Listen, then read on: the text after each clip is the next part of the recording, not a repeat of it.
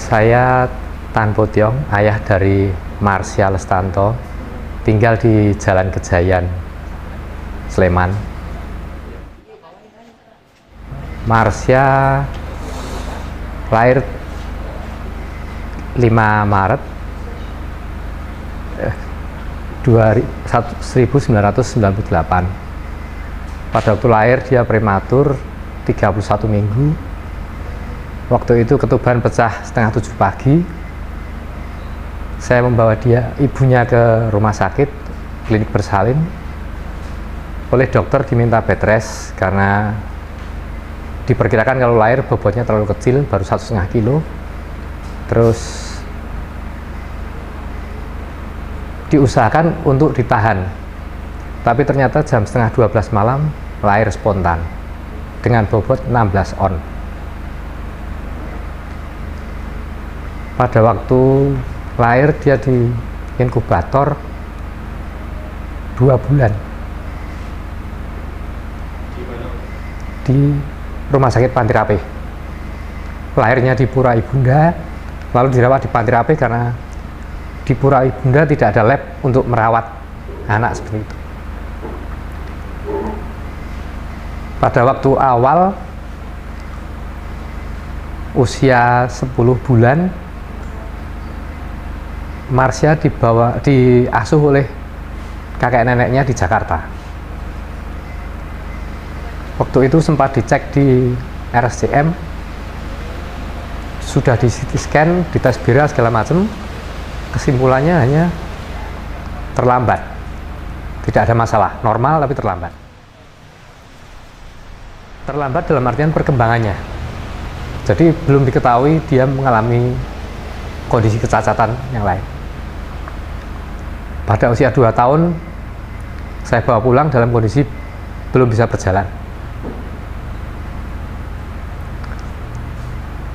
Pada usia 3 tahun saya ketemu dokter spesialis saraf yang pertama kali mengatakan bahwa Marsya menderita CP.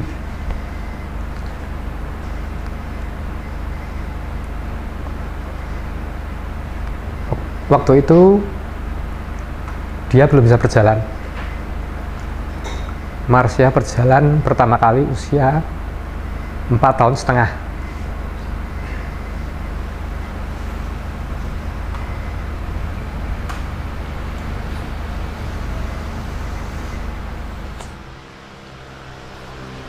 Terus perkembangan selanjutnya, Marsya bisa sekolah di SLB Negeri di Bintaran. Waktu itu sekolah sampai kelas 3. Suatu ketika mogok tidak mau sekolah. Pada waktu itu yang saya dengar dia sedang keluar dari kelas untuk kamar mandi pada jam istirahat. Waktu balik ke kelas lagi, dia dikagetkan oleh temannya dengan membanting pintu. Marsya waktu itu di sana menangis katanya, dan jadi tontonan orang satu sekolah. Sesudah itu dia kapok, tidak mau sekolah. Ada kira-kira mungkin 2 tahun Marsya tidak sekolah. Suatu ketika seorang pelanggan saya, karena saya tunggu bengkel, yang pernah melihat Marsya pulang sekolah tanya, gimana sekarang putranya Om, sekolah di mana? Waktu itu dia memperkenalkan saya dengan salah seorang staf di PRY untuk menjadi guru les Marsya, Mbak Oskaria. Awalnya Marsya les dan guru lesnya Mbak Osa belum tahu kalau Marsya bisa saya boncengkan pergi. Suatu ketika karena dia mendengar bahwa Marsya bisa saya bawa pergi dengan naik sepeda motor, saya ditawari untuk menyekolahkan Marsya di Yakum.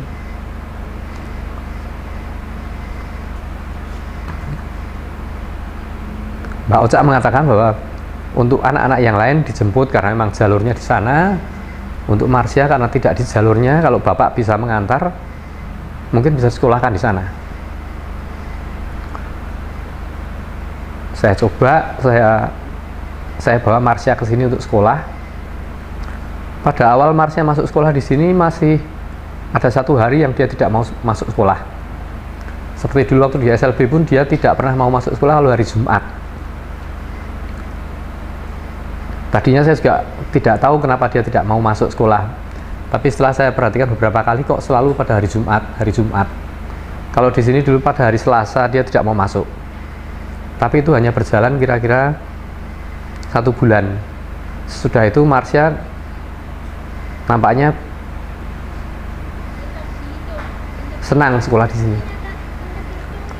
Boleh dibilang tidak ada absennya.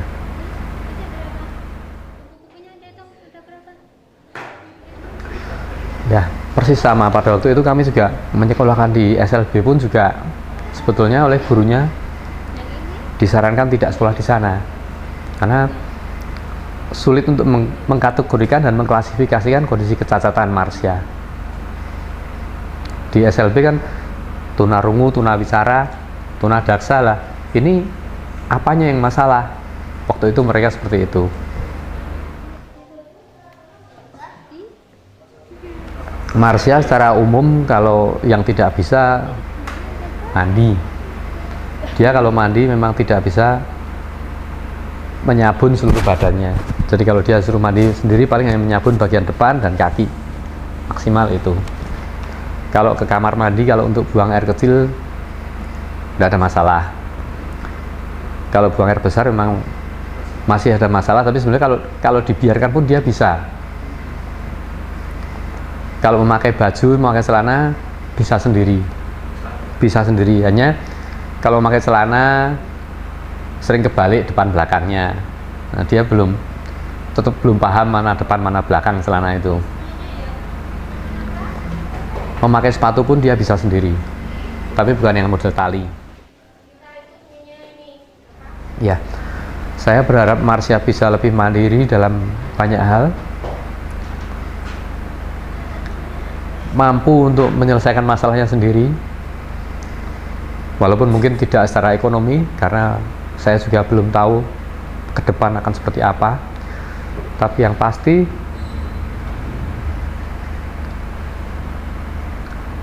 saya hanya merasa saya dititipi Marsha oleh Yang Maha Kuasa. Apapun akan saya lakukan ke depan supaya dia lebih baik.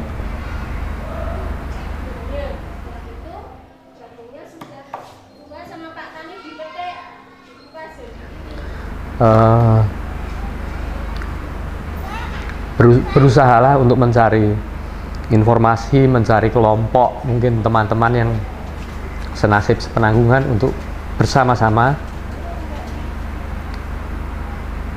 mengatasi masalah ini, karena dengan melihat juga di luar juga ada banyak masalah yang mungkin tidak lebih baik dari yang kita alami. Dan satu hal yang pasti yang selalu dari awal saya pegang, kalau kita semua orang kalau melihat ada orang cacat, itu nggak ada yang mengatakan syukur, semua selalu mengatakan kasihan dia cacat. Nah, ini anak kita sendiri, jadi nggak cukup hanya kasihan.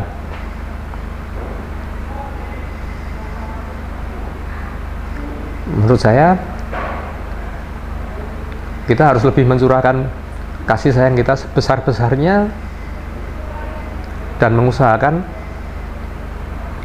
perkembangan yang semaksimal mungkin yang bisa kita lakukan. Soal hasilnya, saya kira Tuhan sendiri akan menyempurnakannya.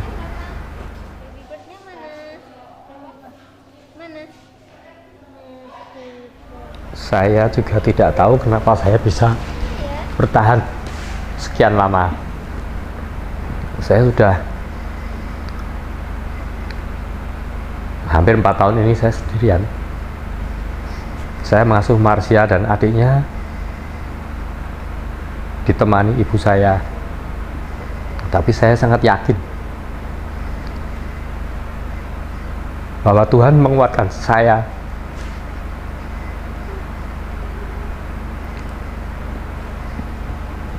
sehingga saya bisa tahan sampai sekarang, dan saya kira saya akan tetap bertahan apapun yang terjadi untuk perkembangan Marsya.